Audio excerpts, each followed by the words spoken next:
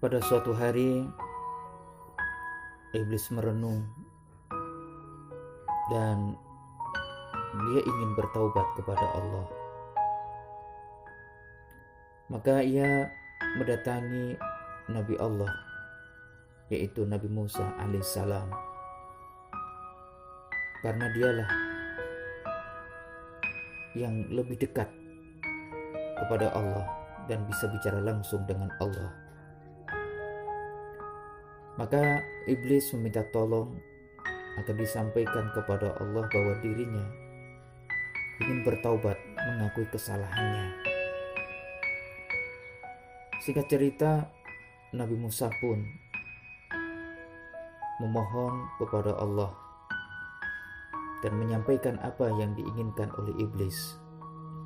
Kemudian Allah memberikan wahyu kepada Nabi Musa bahwa taubatnya iblis diterima asalkan ia mau melakukan syarat-syaratnya. Lalu Nabi Musa menjumpai iblis. Kemudian Nabi Musa berkata kepada iblis, "Wahai iblis, benarkah kau mau bertaubat atas kesalahan-kesalahanmu?" Iblis pun menganggukkan kepala.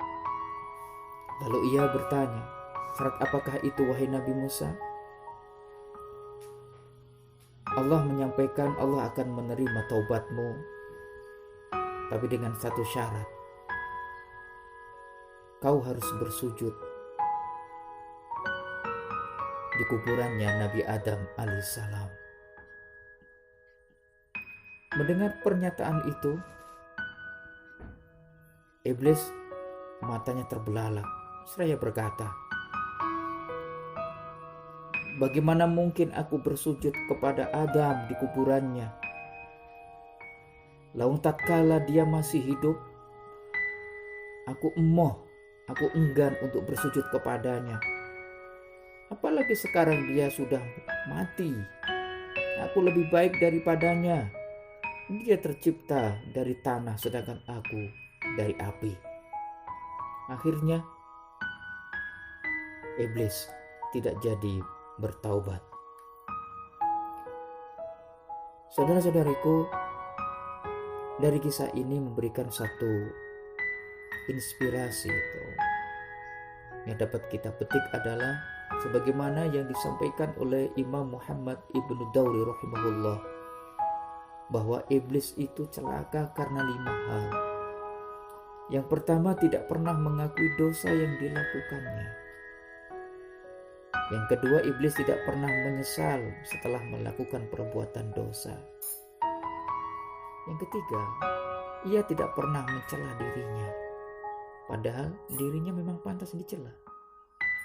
Yang keempat, tidak pernah punya niat untuk menjadi makhluk Allah yang baik.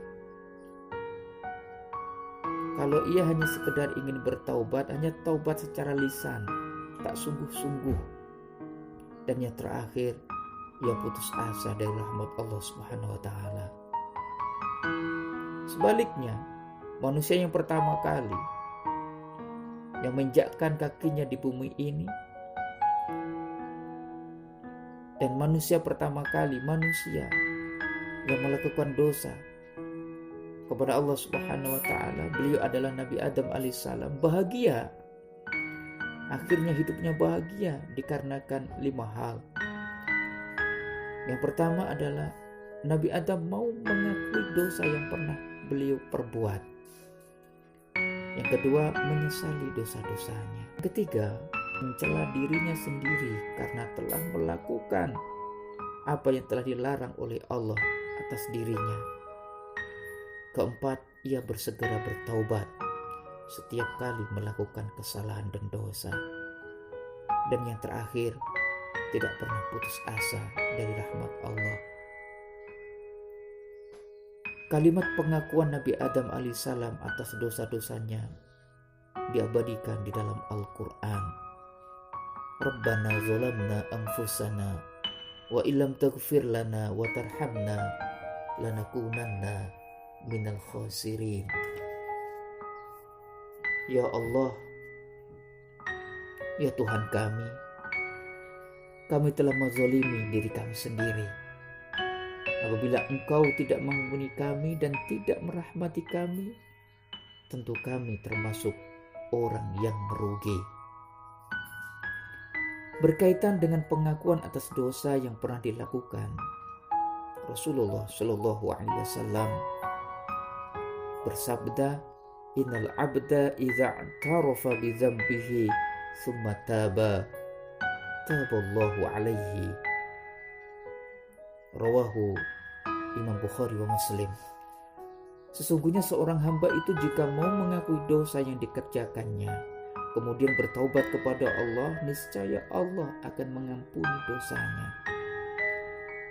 Di dalam hadis lain, Rasulullah juga telah menjelaskan kepada kita semuanya, man akhta'a khati'atan aw adnaba dzamban tsumma nadima fahuwa kaffaratuhu.